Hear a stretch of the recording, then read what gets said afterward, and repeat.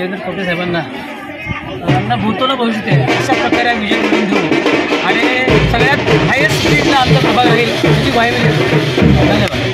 भाजप, शिवसेना, राष्ट्रवादी महायुतीचे उमेदवार श्री आदरणीय देवेंद्रदादा कोटे साहेब यांना या भागातून आम्ही सर्व लोक प्रचंड या ठिकाणी साथ देऊन त्यांना जास्तीत जास्त मतांनी या ठिकाणी आम्ही निवडून देऊ असाही आम्ही संकल्प केलेला आहे आणि इथून पुढे जास्तीत जास्त या ठिकाणी आम्ही जोर देऊन निवडून देऊ. प्रचंड असा प्रतिसाद आहे. आज बुधवार आहे. आमचे सर्व श्रमिक माता भगिनी उत्स्फूर्तपणे या रॅलीमध्ये सहभागी आहेत.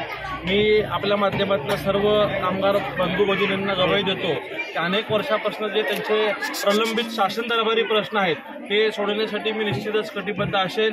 त्याचबरोबर यंत्रमाग कामगारांसाठी जे महामंडळाची मागणी होत आहे तेही फडणवीस साहेबांच्या माध्यमातून निश्चितच स्थापन करून मालक आणि कामगार या दोघांचा एक चांगल्या पद्धतीचा समन्वय साधून सोलापुरातला उद्योग व्यवसाय कशा पद्धतीने चालू राहील आणि तो भरभराटीला जाऊन मालकांसोबत कामगारांचंही कसं भरभराट होईल यासाठी आम्ही लोकप्रतिनिधी म्हणून निश्चित प्रयत्नशील राहू. चित्राताईंनी सर्व महिलांशी संवाद साधला. लाडकी बहीण योजना जी शासनाच्या वतीने चालू केलेली आहे त्याबद्दल महिलांमध्ये प्रचंड असं एक समाधान आहे आणि ताईंनी सांगितलंय की कालच देवेंद्र फडणवीस साहेबांनी घोषणा केलेली आहे की 1500ची योजना आता 2100 रुपयाची सरकार आल्यानंतर होणार आहे. त्यामुळं आमच्या सर्व माता भगिनींचा उत्साह आणखी वाढलेला आहे. आम्हाला एनर्जीचं टॉनिक बूस्ट त्यांच्याकडनं आज या पदयात्रेच्या माध्यमातून बैठकीच्या माध्यमातून 100% शहर मध्यमध्ये जनतेने ठरवलं आहे की कमळ हा चिन्ह बटन दाबून या ठिकाणी निवडून आणायचा.